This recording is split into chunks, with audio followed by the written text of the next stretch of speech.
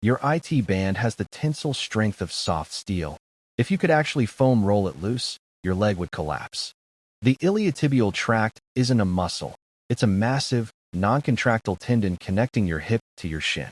Studies show you would need over 900 kilograms of force to stretch it just 1%, meaning your foam roller is completely useless.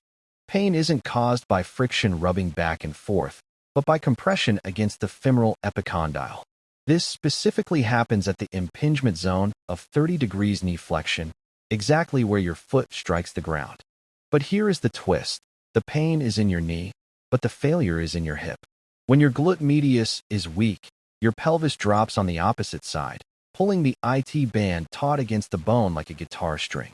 This explains why downhill running is the #1 trigger for ITBS.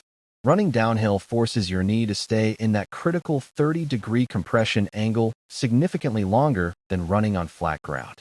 Most runners waste months on passive treatments that do not change biomechanics. You cannot stretch a tendon, and ice only numbs the warning signals. You must stop treating the symptoms and fix the load capacity.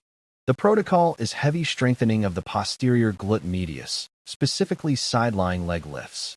Crucial cue: rotate your toe down toward the floor to disengage the TFL muscle and isolate the glute. Treat the hip, save the knee, run pain-free.